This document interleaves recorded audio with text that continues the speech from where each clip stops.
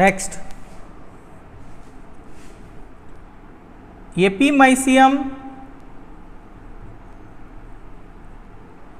Plus perimysium plus endomysium. Already చెప్పుకున్నాం endomysium. ఎపిమైసియం అంటే ఎక్కడ ఉంటుంది? కండరాన్ని ఆవరించి ఉండే సంయోజక కణజాలపు త్వచం. పెరిమైసియం అంటే కండర తంతువును ఆవరించి ఉండే సంయోజక కణజాలపు త్వచం. ఎండోమైసియం అంటే కండర సూక్ష్మ తంతువు లేదా మయోఫైబ్రిల్స్ను ఆవరించి ఉండే త్వచం. ఈ మూడు కలిసి దేన్ని ఏర్పరుస్తాయంటే స్నాయు బంధనాన్ని ఏర్పరుస్తాయి. స్నాయు బంధనాన్ని అంటే టెండాన్ను ఏర్పరుస్తాయి అన్నమాట. ఇవి ఈ మూడు సంయోజక కణజాలపు త్వచాలు కలిసి స్నాయు బంధనాన్ని ఏర్పరుస్తాయి. ఈ స్నాయు బంధనం కలిగిన కనుక కదలని ఎముకకు అతికే స్థానాన్ని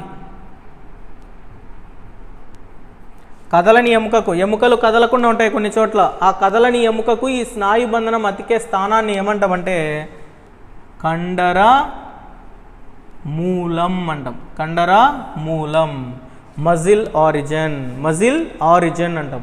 సో స్నాయు బంధనం కదలని ఎముకకు అతికే స్థానాన్ని కండర మూలం అంటాం. అదే కదిలే ఎముకకు అతికే స్థానాన్ని ఏమంటామంటే కండర ప్రవేశ స్థలం అంటాం. కండర ప్రవేశ స్థలం. సో కదిలే ఎముకకు అతుకుతే కండర ప్రవేశ స్థలం అని, కదలని ఎముకకు స్నాయు బంధనం అతికే స్థానాన్ని కండర మూలం అంటాము. సూక్ష్మ తంతువులు నెక్స్ట్ మయోఫైబ్రిల్స్ అంటే ఏంటో చూద్దాం. సూక్ష్మ తంతువులు కండర తంతువు లోపల ఉండే నిర్మాణాలను ఏమంటామంటే సూక్ష్మ తంతువులు అంటాం. ఏమంటాం దీన్ని? సూక్ష్మ తంతువులు. దీన్ని ఇంగ్లీష్లో మయోఫైబ్రిల్స్ అంటాం. మయోఫైబ్రిల్స్. ఈ కండర సూక్ష్మ తంతువులు అనేటి స్తూపాకారంగా ఉంటాయి. ఎలా ఉంటాయి ఇవి? స్తూపాకారంగా, పొడవుగా, స్తూపాకారంగా, బహుకేంద్రకయుతంగా పరదీయ కేంద్రకాలను కలిగి ఉంటాయి. సో పొడవుగా, స్తూపాకారంగా, బహుకేంద్రకయుతంగా పరదీయ కేంద్రకాలను కలిగి ఉంటాయి. ఈ కండర సూక్ష్మ తంతువులు వేటి ద్వారా ఏర్పడతాయంటే ఏకకేంద్రయుతమైన అనేక ఏకకేంద్రయుత మయోబ్లాస్ట్ కణాలు అనేక ఏకకేంద్రక మయోబ్లాస్ట్ కణాలు సంయోగం చెందడం వలన అంటే కలయడం వల్ల అనేక మయోబ్లాస్ట్ కణాలు కలయడం వల్ల కండర సూక్ష్మ తంతువులు అనేటివి ఏర్పడతాయి. ఇప్పుడు కేంద్రకాలు ఎన్ని ఉన్నాయి? చాలా ఉన్నాయి. ఇటువంటి స్థితినే సిన్షీషియం అంటాము. ఏమంటాం దీన్ని? సిన్షీషియం. అనేక ఏకస్థితిక కేంద్రకాలు కలయడం వల్ల ఏర్పడిన బహుకేంద్రక స్థితినే సిన్షీషియం అంటాం. సీనోసైట్ అంటే ఏంటి? సిన్షీషియం, సీనోసైట్ అంటే ఒక కణం నుంచి విభజనల వల్ల అనేక కణాలు ఏర్పడితే, ఒకే కణంలో అనేక కణాలు ఏర్పడితే దాన్ని సీనోసైట్ అంటాం. ఒకే కణం నుంచి అనేక కేంద్రకాలు విభజనల వల్ల అనేక కేంద్రకాలు ఏర్పడితే దాన్ని సీనోసైట్ అంటాం. అనేక కణాలు కలిసి ఒకే కణంగా బహుకేంద్రక స్థితిగా ఏర్పడితే సిన్షీషియం అంటాం. ఇక్కడ కణద్రవ్య విభజనలు అనేటి జరగవు. కణద్రవ్యం అనేది విభజన చెందదన్నమాట ఎక్కడ సీనోసైట్లో. సో సిన్షీషియం అనేది బహుకేంద్రక స్థితి. ఎలా ఏర్పడింది? అనేక ఏకకేంద్రయుత కణాలు కలయడం వలన, కలిసడం అంటే ఫ్యూజ్ కావడం వలన బహుకేంద్రక కణాలు అనేవి ఏర్పడతాయి. ఈ కణాలు ఏంటి? మయోబ్లాస్ట్ కణాలు. అనేక ఏకకేంద్రక మయోబ్లాస్ట్ కణాలు కలయడం వలన బహుకేంద్రకయుతమైన సూక్ష్మ తంతువులు అనేవి ఏర్పడతాయి. ఈ సూక్ష్మ తంతువులు అక్కడక్కడ దళసరి మరియు పలుచటి. ఇది దళసరి పట్టీలు. ఇందాక చెప్పినా కదా, నిష్కాంతి పట్టీలు.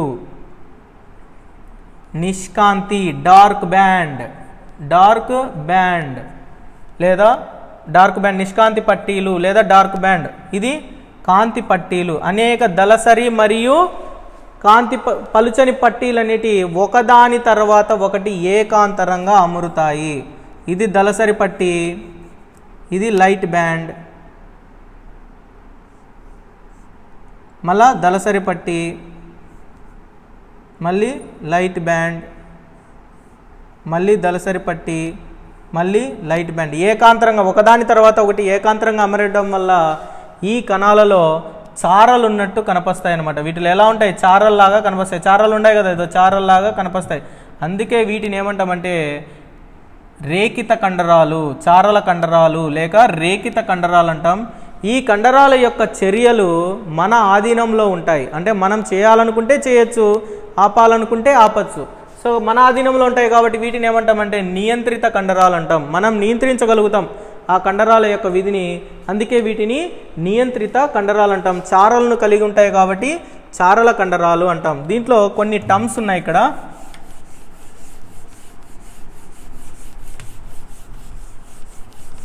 ఇదొక్కటి చాలా పెద్దగా ఉంటుందమ్మా, మిగతా అన్నీ చిన్నగానే ఉంటాయి నునుపు కండరాలు.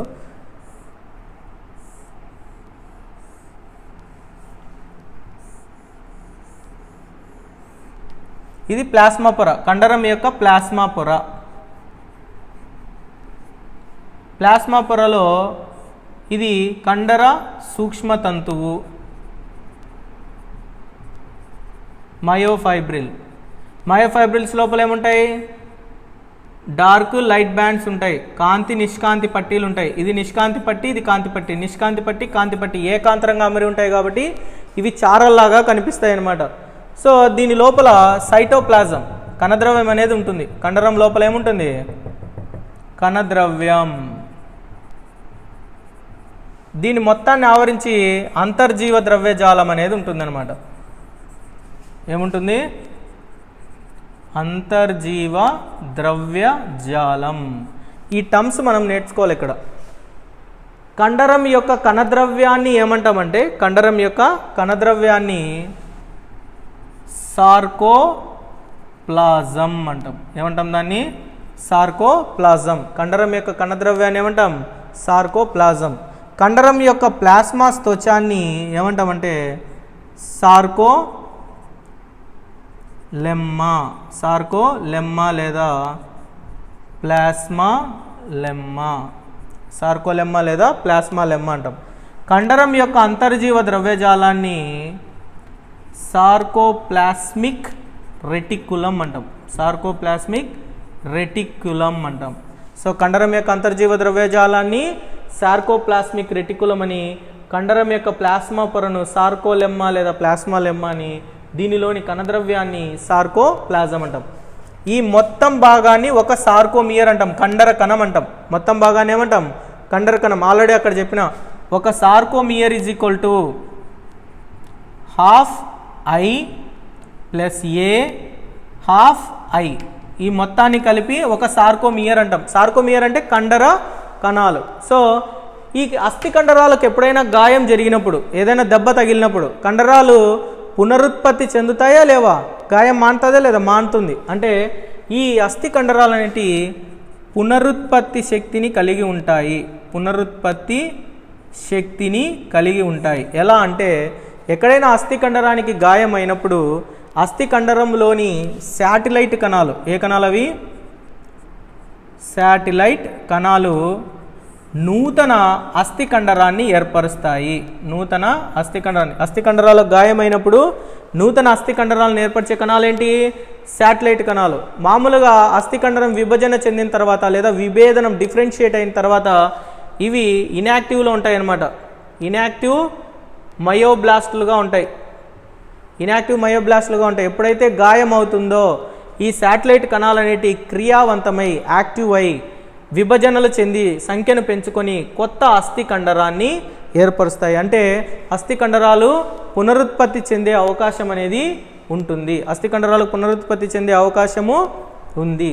అస్థి కండరాలను నియంత్రించాలంటే మన శరీరంలో నాడీ వ్యవస్థలోని దైహిక నాడీ వ్యవస్థ,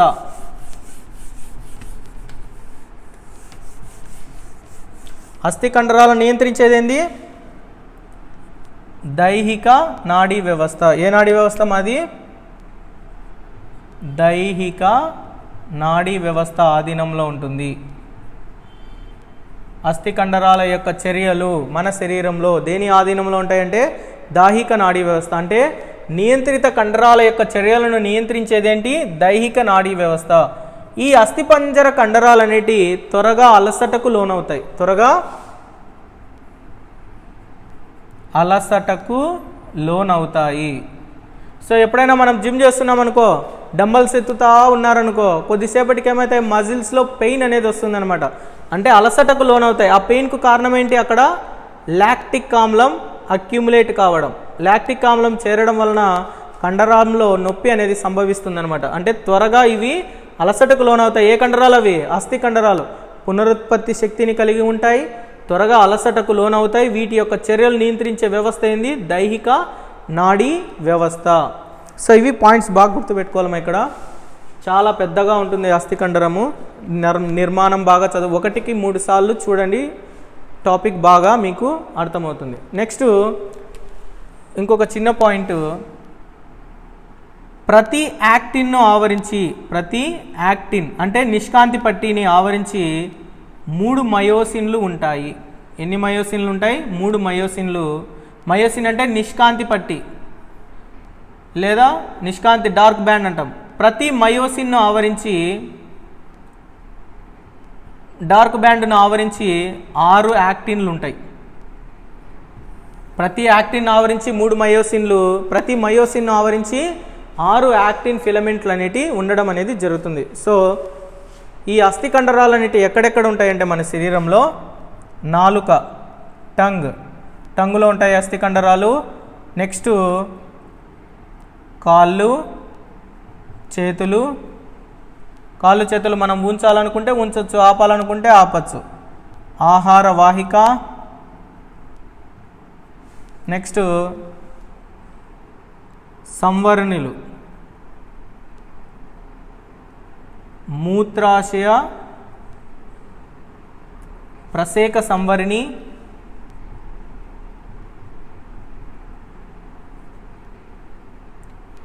పాయువులోని సంవరిణి, స్పిన్స్టర్స్. సో యానస్లోని స్పిన్స్టర్ అండ్ ఎక్స్ట్రల్ జెనిటల్ డక్ట్లోని స్పిన్స్టర్స్. సంవరిణులు కూడా ఉండే కండరాలు ఏంటంటే అస్థి కండరాలు. నాలుకలో ఉంటాయి, కాళ్ళు చేతుల్లో ఉంటాయి, ఆహార వాహికలో ఉంటుంది. నెక్స్ట్ ప్రసేకంలోని సంవరిణి కండరాలు, పాయువులోని సంవరిణి కండరాలలో అస్థి కండరాలు అనేటివి ఉంటాయి. నెక్స్ట్ అస్థి కండరాలు అయిపోయిన తర్వాత మనకు నెక్స్ట్ వచ్చే టాపిక్ వచ్చేసి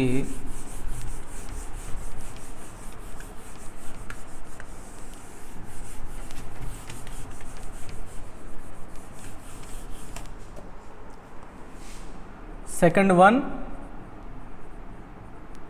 నునుపు కండరాలు. నెక్స్ట్ వన్ ఏంటి? నునుపు కండరాలు. సో నునుపు కండరాలు అంటే ఏంటంటే దీనికి ఇంకొక పేరు, నునుపు కండరాలకు ఇంకొక పేరేంటి? అసంకల్పిత కండరాలు. అసంకల్పిత కండరాలు. నెక్స్ట్ అనియంత్రిత కండరాలు.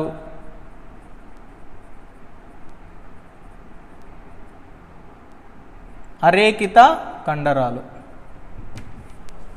ఈ నునుపు కండరాలను ఏమని చెప్తామంటే మృదు కండరాలు అంటాం. ఏమంటాం దీన్ని? మృదు కండరాలు అంటాం. సో నునుపు కండరాలకు మరొక పేరు మృదు కండరాలు. ఇవి ఎలా ఉంటాయంటే కదురు ఆకారంలో ఉంటూ, ఎలా ఉంటాయి? కదురు ఆకారంలో ఉంటూ ఒకదానిపై ఒకటి వరుసల్లాగా అమరి ఉంటాయి. కదురు ఆకారంలో ఉంటూ ఏక కేంద్రకాన్ని మాత్రమే కలిగి ఉంటాయి, ఒకే కేంద్రకాన్ని కలిగి ఉంటాయి. నునుపు కండరాల యొక్క కేంద్రకాల సంఖ్య 1, రేఖిత కండరాల కేంద్రకాల సంఖ్య అనేకం, బహుకేంద్రక స్థితి. ఇది ఏక కేంద్రకాలను కలిగి ఉండి ఈ కండరాలు సంకోచం జరిపినప్పుడు ఈ కేంద్రకం అనేది కార్క్ స్క్రూ ఆకారంలోకి మారుతుందన్నమాట. సో ఈ నునుపు కండరాలు సంకోచం చెందినప్పుడు కేంద్రకం అనేది ఏ ఆకారంలోకి మారుతుంది? కార్క్ స్క్రూ ఆకారంలోకి మారుతుంది. ఈ నునుపు కండరాలు ఒకదాని మీద ఒకటి అమరి పత్రాల వలె ఉంటాయి. అన్నమాట. నునుపు కండరాలు ఎలా ఉంటాయంట? పత్రాల వలె ఉండి కదురు ఆకారంలో ఉండి ఒకే కేంద్రకాన్ని కలిగి ఉంటాయి. ఈ కండరాలు సంకోచం చెందినప్పుడు కార్క్ స్క్రూ ఆకారంలో ఉంటాయి. నునుపు కండరాలు నిదానంగా సంకోచాలను జరుపుతాయి. నిదానంగా సంకోచ సడలికలను ఎలా జరుపుతాయి? నిదానంగా, దీర్ఘకాలంగా. నిదానంగా దీర్ఘకాలంగా సంకోచ సడలికలను జరుపుతాయి. కానీ రేఖిత కండరాలు అయితే వేగంగా సంకోచ సడలికలు జరిపి త్వరగా అలసటకు లేదా గ్లానికి లోనవుతాయి. గ్లాని అంటే అలసట, త్వరగా అలసటకు లోనవుతాయి. కానీ ఇవి నిదానంగా సంకోచ సడలికలను జరుపుతాయి, దీర్ఘకాలంగా సంకోచ సడలికలు జరిపి దీర్ఘకాలికంగా అలసటకు లోను కావు. ఎంత కాలం చేసినా కూడా ఇవి అలసటకు లోను కావు అన్నమాట. ఏ కండరాలు అవి? నునుపు కండరాలు. అందుకే జీర్ణాశయంలోని పేగుల్లోనూ కానీ అన్నాశయంలో కానీ ఉండే కండరాలు నిరంతరం మనం జీవించి ఉన్నంత వరకు అవి సంకోచ సడలికలను జరుపుతూనే ఉంటాయి. సో దీర్ఘకాలికంగా అలసటలకు లోను కావు. ఏ కండరాలు అవి? నునుపు కండరాలు. ఇవి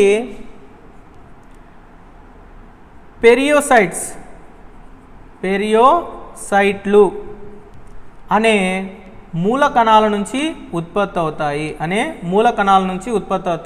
రేఖిత కండరాలు అయితే వేటి నుంచి ఉత్పత్తి అవుతాయి? మయోసైట్లు ఏకకేంద్ర మయోసైట్ల కలయిక వలన ఏర్పడతాయి అన్నమాట. ఇవి పెరియోసైట్ కణాలు అనే మూల కణాల నుంచి ఈ నునుపు కండరాలు అనేటి ఉత్పత్తి అవుతాయి. నెక్స్ట్ ఈ నునుపు కండరాలు అనేటి ధమనులు రక్తకేశ నాళికలతో సన్నిహితంగా ఉంటాయి. అంటే ధమనులు రక్తకేశ నాళికల్లో ఈ నునుపు కండరాలు అనేటి ఉండడం అనేది జరుగుతుంది. గర్భాశయ కుడ్యాలలో విభజన చెందే శక్తిని కలిగి ఉంటాయి. గర్భాశయ కుడ్యంలో ఏమవుతుంది? గర్భాశయ కుడ్యంలో పిండ జననం అంటే డెలివరీ అయిన తర్వాత గర్భాశయంలోని నునుపు కండరాలన్నిటి దెబ్బతింటూ ఉంటాయి అన్నమాట.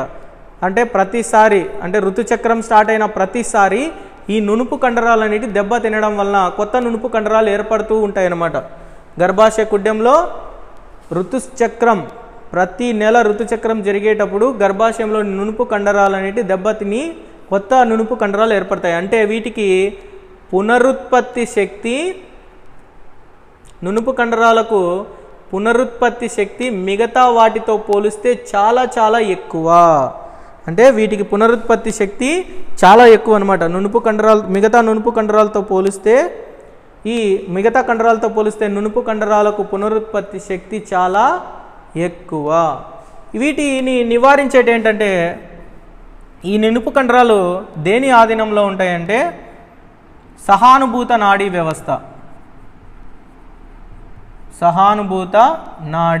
వ్యవస్థ ఆధీనంలో ఉంటాయి. సహానుభూత నాడీ వ్యవస్థ. అదే రేఖిత కండరాలు అయితే దైహిక నాడీ వ్యవస్థ ఆధీనంలో ఉంటాయి. నునుపు కండరాలు అయితే సహానుభూత నాడీ వ్యవస్థ యొక్క ఆధీనంలో ఉండడం అనేది జరుగుతుంది. చూడండి, నునుపు కండరాలను మృదు కండరాలు అంటాం. ఇవి నిదానంగా దీర్ఘకాలికంగా దీర్ఘ అలసటకు లోను కావు. ఒకే కేంద్రకాన్ని కలిగి ఉండి కదురు ఆకారంలో ఉంటాయి. ఈ నునుపు కండరాలు సంకోచం చెందినప్పుడు కేంద్రకం అనేది కార్క్ స్క్రూ ఆకారంలో మారుతుంది. ఇవి పత్రాల వలె ఒకదాని మీద ఒకటి అమరి ఉంటాయి. పునరుత్పత్తి శక్తి మిగతా వాటితో పోలిస్తే వీటికి చాలా ఎక్కువ. ధమనులు రక్తనాళాలతో సన్నిహిత సంబంధాన్ని కలిగి ఉంటాయి. గర్భాశయ కుడ్యాల్లో నిరంతరం విభజన చెందుతూ ఉంటాయి. ఇవి ఎక్కడి నుంచి ఏర్పడతాయి? పెరియోసైట్లు అనే మూల కణాల నుంచి ఇవి ఏర్పడడం అనేది జరుగుతుంది. ఎగ్జాంపుల్స్ చూడండి. నునుపు కండరాల యొక్క చర్యలు మన ఆధీనంలో అసలు ఉండవు. దాన్ని నియంత్రించేది ఏంది? సహానుభూత నాడీ వ్యవస్థ అనేది ఆ నునుపు కండరాలను నియంత్రిస్తూ ఉంటుందన్నమాట. ఇవి ఎక్కడెక్కడ ఉంటాయంటే శరీరంలో GIT gastro intestinal track. Next ఎక్కడ ఉంటుందంటే ప్రేగులలో ఉంటుంది, రక్తనాళాల్లో ఉంటుంది. నెక్స్ట్ మూత్రాశయం, గర్భాశయం. ఆల్రెడీ స్టార్టింగ్లో చెప్పిన కండరాల యొక్క స్టార్టింగ్లోనే కనుపాప ఐరిస్లో ఉంటుంది. రోమపుటికలోని ఎరాక్టోఫిలీ కండరం, కండరం. కనుపాపల్లో కూడా ఏ కండరాలు ఉంటాయి? నునుపు కండరాలు అనేటివి ఉండడం అనేది జరుగుతుంది. సో అది మా నునుపు కండరం గురించి.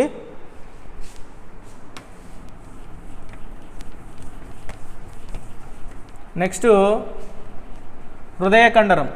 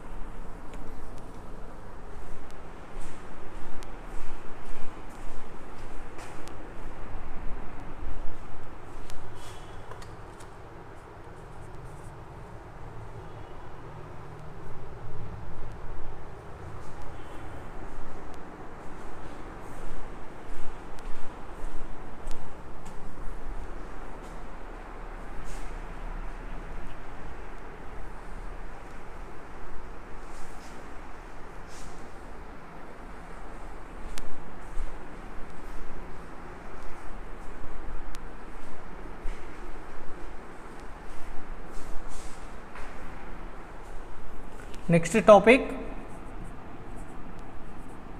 మూడవ కండరం హృదయ కండరాలు, కార్డియాక్ మజిల్స్. ఈ హృదయ కండరాలు అనేటివి ఎక్కడ ఉంటాయి? పేరులోనే ఉంది, హృదయం, హృదయాన్ని ఆవరించి ఉంటాయి. హృదయాన్ని ఆవరించి ఉండే కండరాలను హృదయ కండరాలు అంటారు.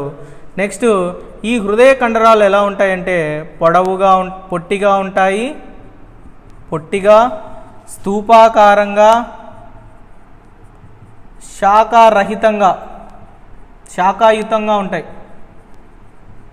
పొడవుగా పొట్టిగా స్తూపాకారంగా శాఖాయుతంగా అంటే శాఖలను కలిగి ఉంటాయి. శాఖా సహితంగా ఉంటాయి, పొట్టిగా ఉంటాయి, స్తూపాకారంగా ఉంటాయి. చూడండి,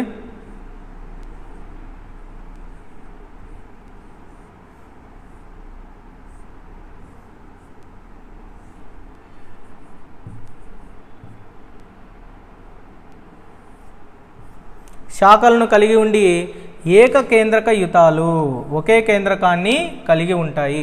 ప్రతి కణంలో ఒకే కేంద్రకం కలిగి ఉంటుంది. హృదయ కండరంలో ప్రతి కణంలో కేంద్రకాల సంఖ్య 1, కానీ వీటిలో ఏముంటాయంటే చారలు అనేటివి కలిగి ఉంటాయి. అరేకిత కండరాల్లో చారలు ఉండవు, వీటిలో చారలు ఉంటాయి.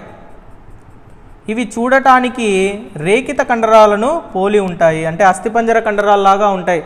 కానీ అక్కడ బహుకేంద్రక యుతాలు, ఇక్కడ ఒకే కేంద్రకం కలిగి ఉంటుంది. వీటి యొక్క చర్య మన ఆధీనంలో ఉండదు, ఇది అనియంత్రితంగా జరుగుతుంటుంది, అసంకల్పిత చర్యలాగా ఉంటుందన్నమాట. ఈ హృదయ కండరం యొక్క కణాల యొక్క అంత్యాలు ఒకదానితో ఒకటి, చూడండి ఇక్కడ అంత్యాలు ఉన్నాయి కదా, ఈ అంత్యాలు ఒకదానితో ఒకటి అంతర సందాయకాల చేత కలుపబడి ఉంటాయి. అంతర సందాయకాలు ఈ ఒకదానితో ఒకటి దేంతో కలుపబడి ఉంటాయంటే అంతర సందాయకాల చేత కలుపబడి ఉండి, ఈ అంతర సందాయకాల్లో డెస్మోజోములు మరియు గ్యాప్ జంక్షన్స్ ఉంటాయి. ఇవి గ్యాప్ జంక్షన్, గ్యాప్ జంక్షన్ ఇదేంటంటే డెస్మోజోమ్స్. హృదయ కండరం యొక్క అంత్యాలు ఒకదానికొకటి అంతర సందాయకాల చేత కలుపబడి ఉండి, ఈ అంతర సందాయకాలలో చూడండి ఇవి అంతర సందాయకాలు ఇలా ఉంటాయి, ఒకదానికొకటి అంతర సందాయకాల చేత కలుపబడి ఉండి, ఈ అంతర సందాయకాలలో గ్యాప్ జంక్షన్స్ను మరియు డెస్మోజోమ్స్ను కలిగి ఉంటుంది. ఈ గ్యాప్ జంక్షన్స్ యొక్క పని ఏంటంటే ఒక హృదయ కండరం నుంచి ఇంకొక హృదయ కండరంలోకి అయాన్ల రవాణా మరియు సైటోప్లాజం కణద్రవ్య రవాణాలో తోడ్పడుతుంది. కణద్రవ్య రవాణా, సో అయాన్లు మరియు కణద్రవ్యాలు ఒక హృదయ కండరం నుంచి ఇంకొక హృదయ కండరంలోకి రవాణా చెందుతూ ఉంటుందన్నమాట. నెక్స్ట్ డెస్మోజోమ్ల యొక్క పని ఏంటంటే ఈ డెస్మోజోమ్స్ అనేటి హృదయ కండరాలను గట్టిగా అంటిపెట్టుకొని ఉండడానికి తోడ్పడుతుంది. హృదయ కండరాలు ఒకదానితో ఒకటి గట్టిగా అంటిపెట్టుకోవడానికి హోల్డ్ చేస్తుంది అనమాట. కండరాలను ఒకదానితో ఒకటి హోల్డ్ చేయడానికి డెస్మోజోమ్స్ ఉపయోగపడతాయి. హృదయ కండరాలు ఒకదానితో ఒకటి గట్టిగా అంటిపెట్టుకోవడానికి డెస్మోజోమ్స్ ఉపయోగపడతాయి. వీటిలో అనేక సంఖ్యలో మైటోకాండ్రియాలు కలిగి ఉంటాయి. దీనిలో అనేక సంఖ్యలో మైటోకాండ్రియాలు ఉంటాయి. హృదయ కండరాల్లో మైటోకాండ్రియాల సంఖ్య ఎక్కువగా ఉంటుంది. పునరుత్పత్తి శక్తి అనేది ఉండదు, అంటే ఒక్కసారి కన్నా హార్ట్ డ్యామేజ్ అయితే తిరిగి హార్ట్ కండరం అనేది ఏర్పడడం అనేది జరగదు. పునరుత్పత్తి శక్తి అనేది వీటికి ఉండదు. వీటి యొక్క సంకోచ సడలికలు అనేటి సహానుభూత నాడీ వ్యవస్థ ఆధీనంలో కానీ కేంద్ర నాడీ వ్యవస్థ ఆధీనంలో కానీ ఉండదన్నమాట. ఇది ఒక స్వయంగా హృదయ కండరం అనేది స్వయంగా లయను ప్రారంభిస్తుందన్నమాట. స్వయంగా లయారంభకాలను ఉత్పత్తి చేసుకుంటుంది. కేంద్ర నాడీ వ్యవస్థతో సంబంధం లేకుండా లయారంభకాలను స్వయంగా ఉత్పత్తి చేసుకుంటుంది. అందుకు గాను వాటిలో హృదయంలో ఏముంటాయంటే పేస్ మేకర్స్ ఉంటాయి. ఏముంటాయి? పేస్ మేకర్స్, లయారంభకాలు, అవి ఎస్ఏ నోట్స్ పేస్ మేకర్లు ఉంటాయి అన్నమాట. వాటిలో పేస్ మేకర్ల వల్ల హృదయ కండరాలు అనేటి స్వతహాగా లయారంభకాలను ఆరంభించుకుంటాయి. కానీ ఈ లయారంభకాలను మార్పు చేసే శక్తి ఎవరికి ఉంటుందంటే స్వయం చోదిత నాడీ వ్యవస్థకు ప్లస్ ఎపినెఫ్రిన్ అనే హార్మోన్కు ఉంటుందన్నమాట. ఎఫినెఫ్రిన్ అధిక గంధి నుంచి విడుదలవుతుంది దవ్వ నుంచి. ఎఫినెఫ్రిన్కు మరియు స్వయంచేదిత నాడీ వ్యవస్థకు ఈ లయారంభకాన్ని మార్పు చేసే శక్తి కలిగి ఉంటుందన్నమాట. లయారంభకాలను ఉత్పత్తి చేయవు. ఉత్పత్తి ఎక్కడ జరుగుతుంది? హృదయ కండరంలోని పేస్ మేకర్లే ఉత్పత్తి చేసుకుంటాయి. కానీ వీటిని మార్పు చేసే శక్తి ఎవరికి ఉంటుందంటే స్వయంచోదిత నాడీ వ్యవస్థ లేదా ఎఫినెఫ్రిన్కు కలిగి ఉంటుంది. హృదయంలో ఉండే కండరాన్ని హృదయ కండరం అంటాం. ఒకే కేంద్రకాన్ని కలిగి ఉంటుంది, శాఖాయుతంగా ఉంటుంది, పొట్టిగా ఉంటుంది. ఫంక్షన్గా అంటే దీని క్రియాపరంగా క్రియ అనేది మన చేతిలో ఉండదన్నమాట. నువ్వు స్టాప్గా అంటే స్టాప్ కాదు, అది దాని పని అది చేసుకుంటూ ఉంటుంది. అంటే హృదయ కండరం యొక్క క్రియ అనియంత్రితంగా, దాని యొక్క నిర్మాణం చూడండి. నిర్మాణం చారలు కలిగి ఉంది కదా. నిర్మాణము దేని పోలి ఉంటుంది? అస్థి కండరాన్ని పోలి ఉంటుంది. అంటే క్రియాత్మకంగా వేటిని అరేఖిత కండరాలను, నిర్మాణాత్మకంగా అస్థి కండరాలను పోలి ఉంటుంది. ఏ కండరం అది? హృదయ కండరం. సో హృదయము కండరాన్ని ఆవరించి, ఈ హృదయ కండరాలను ఆవరించి ఏ పొర ఉంటుందంటే ఎండోమైసియం అనే సంయోజక కణజాలపు త్వచం అనేది ఆవరించి ఉంటుందన్నమాట. సో ఇవి హృదయ కండరం గురించి పాయింట్స్. హృదయ కండరాన్ని ఆవరించి ఎండోమైసియం అనే త్వచం ఉంటుంది. హృదయాన్ని ఆవరించి ఉండే కండరాన్ని హృదయ కండరం అంటాం. ఇవి పొట్టిగా, స్తూపాకారంగా మరియు శాఖాయుతంగా ఉండి చారలను కలిగి ఉంటాయి. అనేక మైటోకాండ్రియాలను కలిగి ఉండి ఏకకేంద్రయుతంగా ఉంటాయి. ఇవి నిర్మాణపరంగా రేఖిత కండరాలను మరియు క్రియాత్మక పరంగా అరేఖిత కండరాలను పోలి ఉంటుంది. పునరుత్పత్తి శక్తి అనేది వీటికి లేదు. వీటి యొక్క లయారంభకాలు స్వయంగా ఆరంభించుకుంటాయి. మరియు ఈ లయారంభకాలను మార్పు చేసే శక్తి వేరుకుంటుంది స్వయంచోదిత నాడీ వ్యవస్థ లేదా ఎఫినెఫ్రిన్ అనే హార్మోన్కు ఉండడం అనేది జరుగుతుంది. సో ఇంతటితో మనకు కండర కణజాలాలు అనేవి అయిపోయినాయి. నెక్స్ట్ లాస్ట్ కణజాలాలు అనిమల్ టిష్యూస్లో లాస్ట్ వన్ నాడీ కణజాలం. ఇంకా ఫైనల్ ఇది ఆడికి మనకు అనిమల్ టిష్యూస్ అనేవి కంప్లీట్గా అయిపోతాయి.